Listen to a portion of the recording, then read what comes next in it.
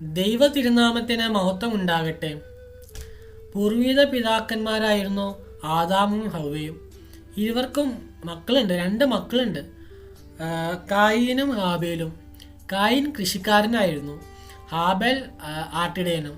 അങ്ങനെ ഇരിക്കെ രണ്ടുപേരും ഇങ്ങനെ അർപ്പിക്കാൻ വേണ്ടി തീരുമാനിച്ചു. യാഗം അർപ്പിച്ച് ദൈവത്തെ പ്രസാദിപ്പിക്കാൻ വേണ്ടി ഇരുവരും തീരുമാനിച്ചു. അതാണ് നാം വായിക്കുന്നത്. ഉൽപ്പത്തി പുസ്തകം 4-ാം അധ്യായം 3-ാം വാക്യം മുതൽ നാം ഇപ്രകാരം വായിക്കുന്നു. കുറേ കാലം കഴിഞ്ഞിട്ട് കായീൻ നിലത്തെ അനുഭവത്തിൽ നിന്നും യഹോവയ്ക്കൊരു വഴിപാട് കൊണ്ടുവന്നു. ഹാബേലും ആട്ടിൻകൂട്ടത്തിലെ കടിഞ്ഞൂലുകളിൽ നിന്ന് അവയുടെ മേധസ്സിൽ നിന്ന് തന്നെ ഒരു വഴിപാട് കൊണ്ടുവന്നു. യഹോവ ഹാബേലിലും അവൻ്റെ വഴിപാടിലും പ്രസാദിച്ചു.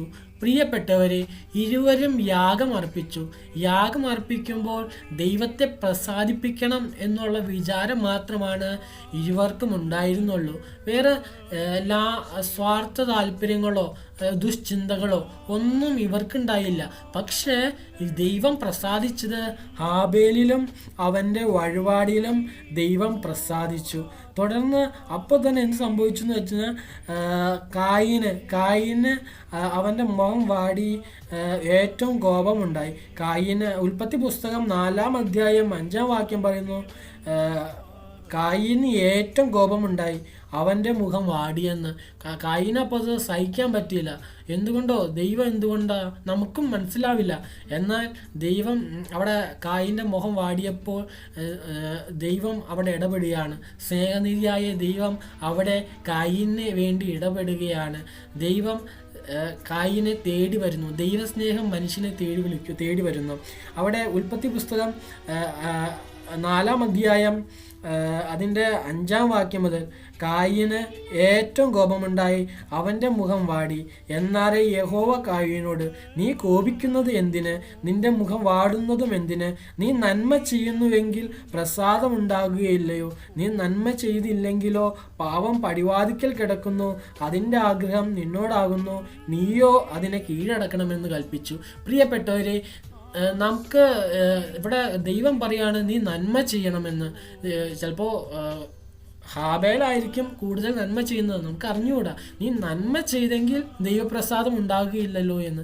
പലപ്പോഴും നാം നമ്മുടെ സാലറിയുടെ ഒരു വീതമോ നമുക്ക് പാടത്തോ പറമ്പിലുണ്ടായ നമ്മുടെ അധ്വാനത്തിൻ്റെ ഒരു വീതമോ പ്രിയപ്പെട്ടവരെ നാം ദൈവസന്നിധിയിൽ വഴിപാടായി അർപ്പിക്കുമ്പോൾ പ്രിയപ്പെട്ടവരെ നമ്മുടെ ജീവിതം എപ്രകാരമാണെന്ന് നാം പലപ്പോഴും ചിന്തിക്കുന്നില്ല. പ്രിയപ്പെട്ടവരെ, നമ്മുടെ ജീവിതം ദൈവസന്നിധിയിൽ തന്നെ താഴ്ത്തിയതാണോ? ദൈവം മുമ്പാകെ നമ്മെ തന്നെ താഴ്ത്തി ഇനിയൊരു ദൈവം കാണുകെ ഒരു തെറ്റും വരില്ല എന്ന് നമ്മുടെ നാവ് കൊണ്ട് ഏറ്റു പറഞ്ഞതാണോ? പ്രിയപ്പെട്ടവരെ, നമ്മുടെ തലോട്ടപ്പൻ ഒരു സമർപ്പണം എടുത്തിട്ടുണ്ട്. സാത്താനെ ഞാൻ ഉപേക്ഷിക്കുന്നു, മശിഹായെ ഞാൻ സ്വീകരിക്കുന്നു എന്ന്. എന്നാൽ നാം അത് വളർന്നു വരുമ്പോൾ നമ്മുടെ ആ സമർപ്പണത്തിനൊത്തമാണ് ജീവിക്കുന്നത്.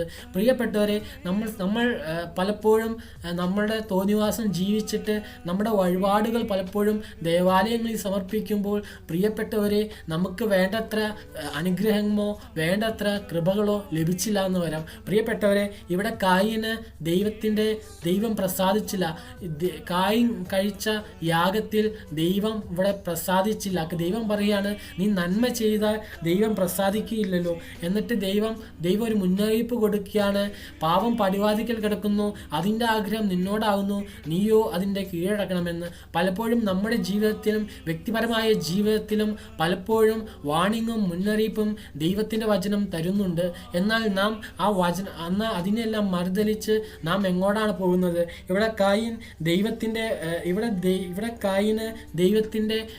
ഒരു കൽപ്പന കിട്ടുകയാണ്, ഭാവിയിൽ പാവം പടിവാതിക്കലുണ്ട്, അതിൻ്റെ ആഗ്രഹം നിന്നോടാണ്, നീ അതിനെ കീഴടക്കണോട്ടോ, നീ പാവം പടിവാതിക്കൽ കിടക്കണ്ട, നീ സൂക്ഷിക്കണം എന്ന് ദൈവത്തിൻ്റെ ക്ലിയറായ ഒരു ഡയറക്ഷൻ അവിടെ കിട്ടുമ്പോൾ പ്രിയപ്പെട്ടവരെ ഇവിടെ കായീൻ്റെ ഹൃദയം കല്ലിച്ചു പോയിരുന്നു. അതുകൊണ്ട് തന്നെ കല്ലിച്ച ഹൃദയത്തെ മാത്രമല്ല അതിനോട് ദൈവകൽപ്പനയോട് കായീൻ മറുപതിച്ചത് മൂലം ഇവിടെ മഹാപാതകത്തിലേക്ക് കായീൻ പോവുകയാണ്. കായീൻ ഹാബേലിനെ കൊല്ലുന്നു. പ്രിയപ്പെട്ടവരെ, കായീൻ ഹാബേലിനെ കൊല്ലുന്നു. അത്തരത്തിലുള്ള മാരകമായ ഒരു മഹാപാതകത്തിലേക്ക് പ്രിയപ്പെട്ടവരെ കായീൻ ഇറങ്ങിച്ചെല്ലുകയാണ്.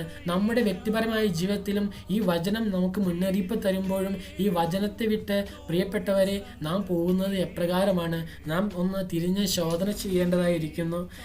ഉൽപ്പത്തി പുസ്തകം 7-ാം അധ്യായം 1-ാം വാക്യം, ഞാൻ നിന്നെ ഈ തലമുറയിൽ എൻ്റെ മുമ്പാകെ നീതിമാനായി കണ്ടിരിക്കുന്നു. പ്രിയപ്പെട്ടവരെ, ഇത് നോഹയെ പറ്റി ദൈവം സാക്ഷിക്കുകയാണ്. ഞാൻ നിന്നെ ഈ തലമുറയിൽ എൻ്റെ മുമ്പാകെ നീതിമാനായി കണ്ടിരിക്കുന്നു എന്ന് ദൈവം സാക്ഷിക്കുന്നു. നമ്മെപ്പറ്റി എപ്രകാരമായിരിക്കും ദൈവം സാക്ഷിക്കുന്നത്? ആ ചിന്ത നമുക്കുണ്ടോ?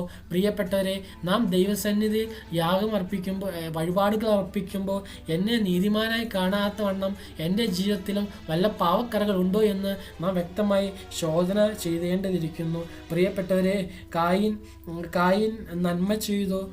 കായീൻ്റെ ജീവിതം നന്മ ചെയ്തുകൊണ്ട് ദൈവപ്രസാദം ഉള്ളവയായി. പ്രിയപ്പെട്ടവരെ, വീണ്ടും ഇയ്യോബിൻ്റെ പുസ്തകം 1-ാം അധ്യായം 5-ാം വാക്യം, എന്നാൽ വിരുന്നുനാളുകൾ വട്ടം തികയുമ്പോൾ ഇയ്യോബ് പക്ഷേ എൻ്റെ പുത്രന്മാർ പാവം ചെയ്തു ദൈവത്തെ ഹൃദയം കൊണ്ട് ത്യജിച്ചു പോയിരിക്കുമെന്ന് പറഞ്ഞ് ആളയച്ച് അവരെ വരുത്തി ശുദ്ധീകരിക്കുകയും രാവിലെ എഴുന്നേറ്റ് അവരുടെ സംഖ്യയ്ക്ക് ഒത്തവണ്ണം ഹോമയാഗങ്ങളെ അർപ്പിക്കുകയും ചെയ്യും.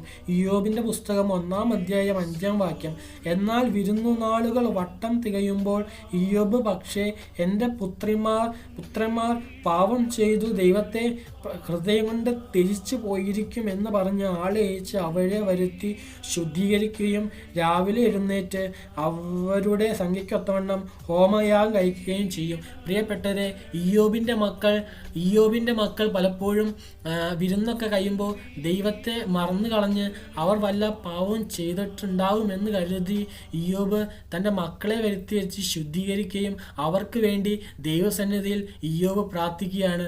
മാതാപിതാക്കൾ മക്കൾക്ക് വേണ്ടി പ്രാർത്ഥിക്കുന്നത് അനുഗ്രഹീതമാണ്. അങ്ങനെയുള്ള ഒരു കുടുംബം അനുഗ്രഹിക്കപ്പെട്ടതാണ്. ഇയ്യോബ് തൻ്റെ മക്കൾക്ക് വേണ്ടി പ്രാർത്ഥിക്കുന്നു. ഉൽപ്പത്തി പുസ്തകം 7-ാം അധ്യായം 1-ാം വാക്യം, ഞാൻ നിന്നെ ഈ തലമുറയിൽ എൻ്റെ മുമ്പാകെ നീതിമാനായി കണ്ടിരിക്കുന്നു. ഈ നോഹയെ പറ്റി ദൈവം സാക്ഷിക്കുന്ന ഇപ്രകാരമാണ്. പ്രളയകാലത്ത് പ്രിയപ്പെട്ടവരെ, നോഹയ്ക്ക് വേണ്ടി ദൈവം പെട്ടകം ഉണ്ടാക്കി. നോഹയ്ക്ക് വേണ്ടി ദൈവം ഒരു പെട്ടകം കരുതി. നോഹയുടെ കുടുംബത്തിന് വേണ്ടി പെട്ടകം കരുതി. പ്രിയപ്പെട്ടവരെ, നോഹ പറഞ്ഞു നടന്നു.